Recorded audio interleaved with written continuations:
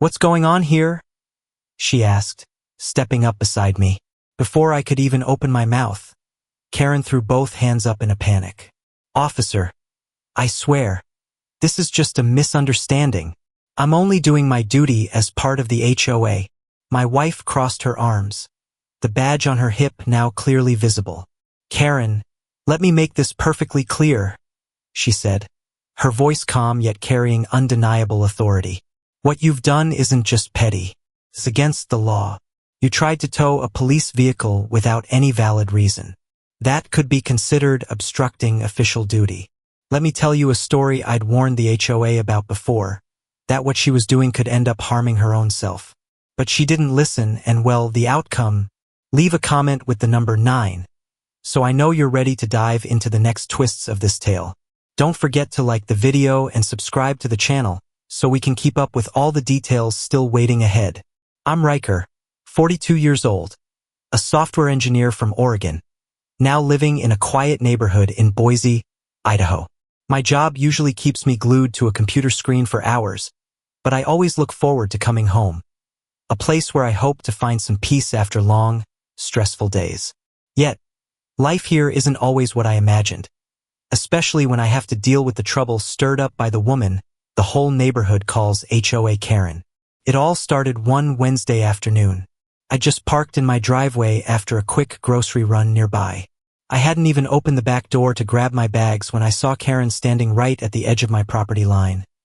Arms crossed, her face wearing that smug look I'd grown way too familiar with after 7 years here. "That car doesn't meet HOA standards," she declared before I could even step out. I sighed, trying to keep my voice steady. "What's the problem now, Karen?" She stepped closer, pointing an accusing finger at the car like she was passing judgment.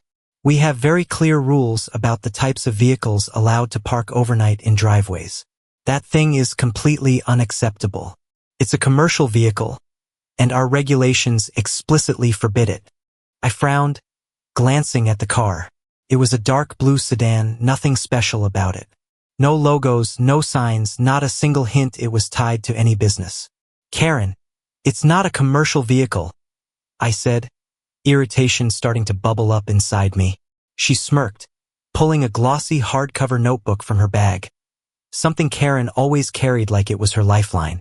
"Vehicles used for business purposes get removed immediately. I've already reported it to the board.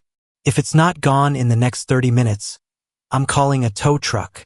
I had to stifle a laugh. "You can't just tow someone's car because you think it's commercial." Her eyes gleamed with petty delight. "Oh, I can. In fact, I already have. The tow truck's on its way." My heart started pounding, frustration building by the second. Karen had pulled plenty of ridiculous stunts before, but this time, she'd gone too far. "You haven't even given me a chance to move it," I protested, my voice rising slightly. "You can't just." "Rules are rules," she interrupted, crossing her arms with pride. "If you'd bothered to read the bylaws, you'd know there's no room for debate. The board agrees with me. That car's in violation, and it's getting towed." I shook my head, a mix of helplessness and anger swirling inside. "Karen, you really never stop, do you?" She grinned, smug as ever. "You'll learn to respect the HOA eventually." Just then, the low rumble of a tow truck engine echoed from down the street. Karen's smile widened. Right on time. I turned to see the tow truck pull up, the driver stepping out with a clipboard in hand. "Which car?" he asked, keeping it short. Karen pointed dramatically at the blue sedan. "That one. Take it away now." The driver walked over to me first. "You the owner?" I shook my head. "No, it's my wife's car."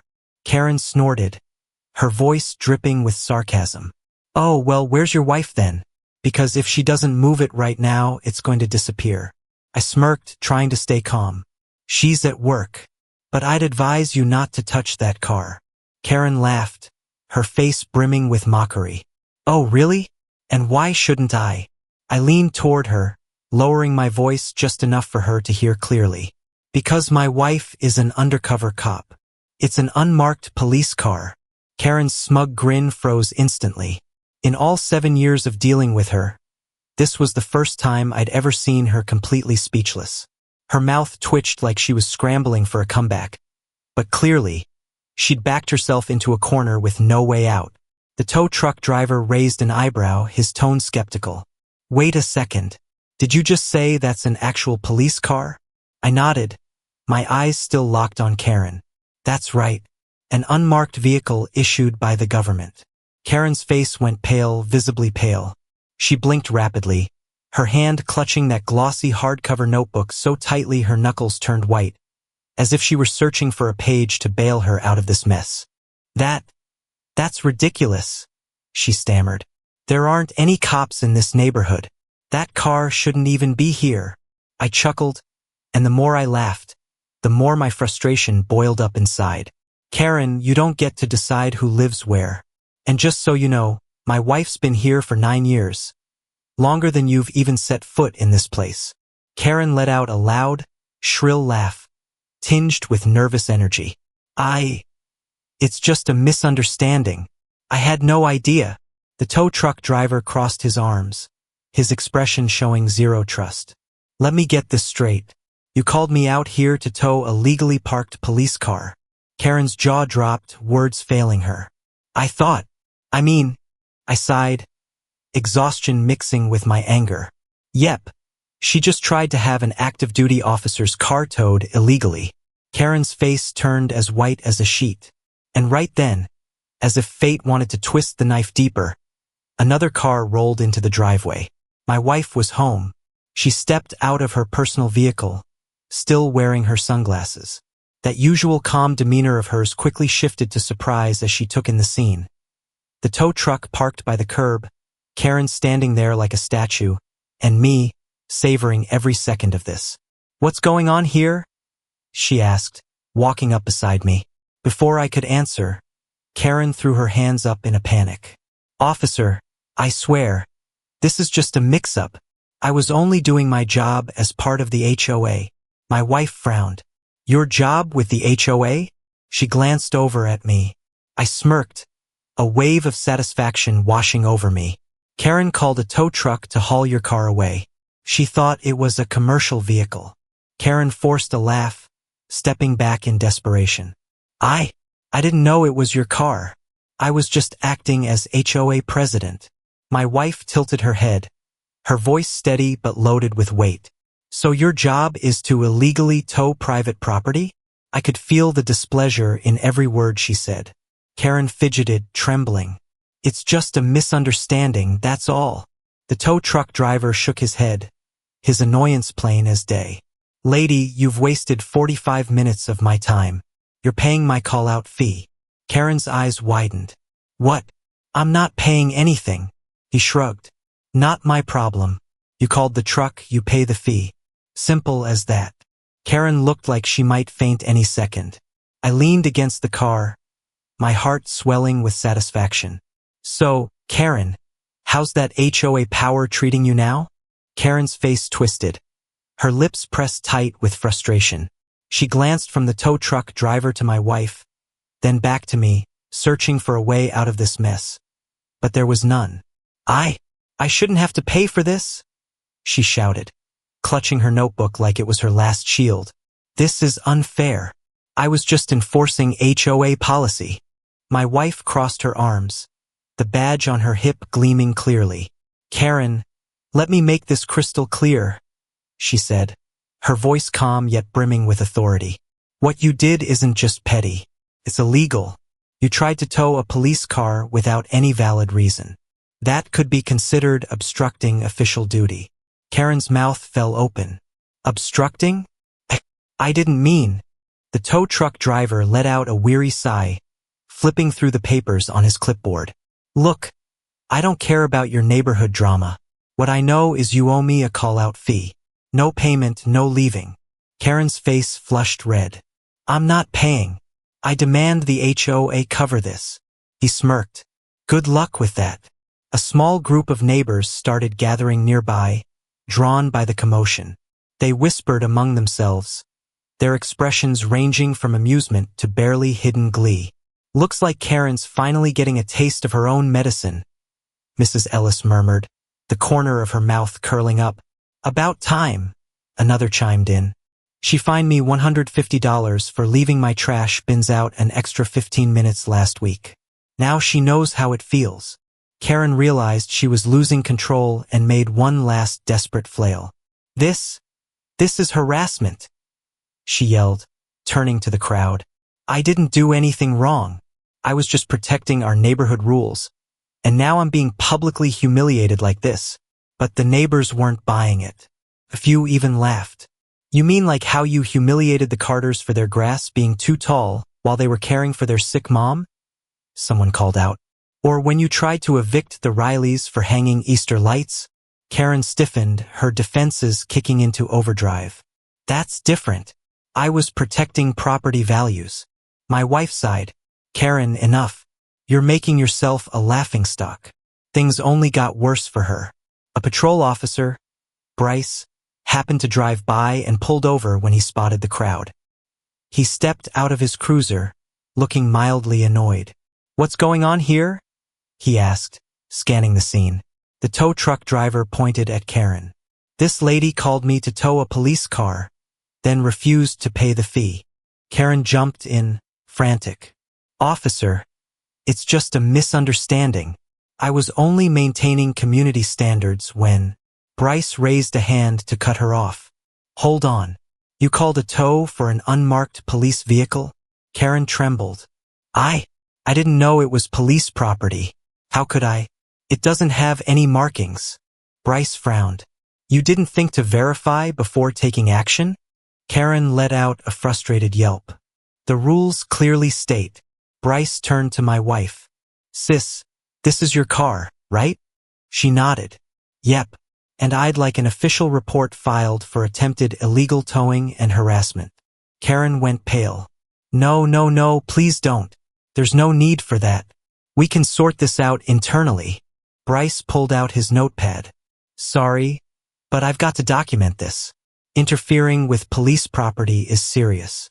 Karen looked like she might collapse as Officer Bryce started writing up the incident. The tow truck driver lost patience. "All right, that's it," he grumbled. "I'm not waiting any longer." He turned to Karen. "Pay me now or I'll take this to civil court. Your choice." Karen's face contorted with rage. She glared at the crowd, then the officer, then my wife finally landing on me. I raised an eyebrow, thinking to myself, "Well, Karen." For a moment, I thought she'd pass out right there. But then, with a humiliated growl, she dug into her purse, yanked out her credit card, and practically threw it at the driver. He swiped it. "Thanks for cooperating." Karen snatched it back, her face burning with fury. When Officer Bryce finished taking statements, Karen had not a shred of dignity left. She hurried off my lawn, head down, dodging everyone's stares. But at the curb, she turned back, her face twisted with resentment. "You'll all pay for this," she hissed. I laughed loudly, satisfaction surging through me. "Karen, I've got nothing to lose here." The crowd burst into laughter as Karen trudged home, her defeated figure slumping away. For the first time in 9 years, I felt like I'd truly won. But I knew Karen wasn't done. Not yet. That night, I saw her pacing on her porch, talking frantically on the phone. My gut told me she wasn't just venting. She was plotting something. My wife noticed it too. "We need to keep an eye on her," she said, her voice low and cautious. Sure enough, the next morning, a new HOA letter sat in our mailbox. An official violation notice. I opened it and couldn't help but smirk. Karen was trying to hit back, but what she didn't see coming was the final surprise I had in store for her. When I saw Karen's latest desperate move, I laughed out loud. The letter was an official violation notice, claiming there was an unauthorized commercial vehicle parked in our driveway, the very same car she'd been publicly humiliated for trying to tow. She still wouldn't let it go. "Good grief," I said, handing the letter to my wife. "She really doesn't know when to quit." My wife skimmed the paper and gave a faint smile. "Seems more like she enjoys digging her own grave." Karen had thrown every trick she had at me. In just 4 days, I received a string of violation notices. First, it was about the car. Then, out of nowhere, our grass was deemed 1 inch too tall by regulation standards. The next day, I got fined for an unapproved porch decoration, which was really just a summer wreath my wife had hung up. It was absurd. "She's tossing everything at me, hoping something sticks," my wife remarked, watching me stack the latest letter onto the pile of nonsense on the kitchen table. "She's desperate," I agreed, a growing certainty settling in me. But she just dug her own hole, because what Karen seemed to forget was that the city had already warned her before. Every move she made now was under scrutiny, and she just handed me the final piece to take her down for good. I gathered all the violation letters she'd sent, along with the legal parking exemption from the city and the report about her attempt to tow an unmarked police car. Then, I sent the whole package straight to the city's legal department. Less than 18 hours later, I got a response, and the news was even better than I'd hoped. 3 days after that, Karen's reign officially came to an end. City officials showed up in person to announce that the HOA had violated multiple housing regulations and anti-abuse laws. Her harassment of residents wasn't just illegal. Her attempts to enforce non-existent rules had triggered a full-scale investigation into the entire HOA. The result? Karen was removed from her position immediately. She was permanently banned from holding any leadership role in any HOA ever again. And the final blow came when the city slapped her with a massive fine for abuse of power, fraudulent reporting, and harassment. When the news spread, the neighborhood practically threw a party. Neighbors cheered, a few brought out wine to toast, and one even blasted music from their front yard. A clear jab at the noise fines Karen had handed out over the past 9 years. Meanwhile, Karen vanished from sight. But the story didn't end there. 6 days after her removal, Karen got more bad news. The city wasn't just fining her. They were pressing criminal charges. It turned out her fraudulent fines and misuse of HOA funds were far worse than anyone had realized. A full audit uncovered that she'd been embezzling money for 8 years, siphoning HOA fees into a secret personal account. Before long, she was served with official court papers. I happened to be outside when 2 officers knocked on her door. Karen opened it, still wearing that familiar beige sweater and pearl necklace, but her face was ghostly pale, like she'd lost her soul. I stood there, watching as they handed her the documents. Her hands shook uncontrollably. "No, this can't be happening." Officer Miles spoke up, his tone firm. "You're under investigation for fraud, embezzlement, and financial mismanagement. You have the right to seek a lawyer." Karen stumbled back and slammed the door in their faces. I stood there, a grin creeping across my lips. 3 weeks later, Karen was officially indicted. Court records detailed how she'd siphoned tens of thousands of dollars from the HOA over the years. She'd created fake invoices to pocket the cash and falsified maintenance reports to cover her tracks.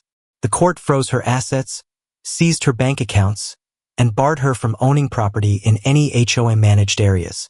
The neighborhood couldn't hide its joy. At the next community meeting, we unanimously voted to dissolve the HOA entirely. Karen's arrogant rule was erased for good. The day Karen was sentenced was my ultimate victory. She stood before the judge, her once perfect facade completely gone. The judge handed down a 4-year prison sentence for fraud and abuse of power, along with a lifetime ban from holding any neighborhood association positions. As they led her out of the courtroom in handcuffs, she kept her head down, refusing to look up. I sat in the back row, arms crossed, feeling a deep satisfaction wash over me. Karen had held this neighborhood in her grip for 8 years, but in the end, she lost everything. 2 months later, the neighborhood was transformed. Without Karen's suffocating rules, people started enjoying life here. Front yards were decorated however folks pleased. Kids rode bikes freely without fear of noise fines, and no one worried about petty penalties anymore.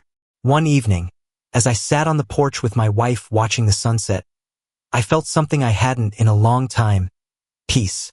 Karen was gone, the HOA was history, and the neighborhood was finally free. So what do you think of this story? Riker and Karen's tale reflects a reality that's not uncommon in today's society: abuse of power and petty conflicts in local communities, where some individuals impose their personal whims on others without regard for reason or fairness. Through Riker's journey, we see the value of patience, intelligence, and unity in confronting unjust behavior. This story teaches us a lesson. Instead of letting anger take the wheel, using evidence and working with the community can lead to lasting solutions, fostering a more harmonious living environment. That said, we want to emphasize that this story is for entertainment and educational purposes only. It's not meant to discriminate, criticize, or offend any individual or organization. If you enjoyed it, please leave a comment below sharing your thoughts.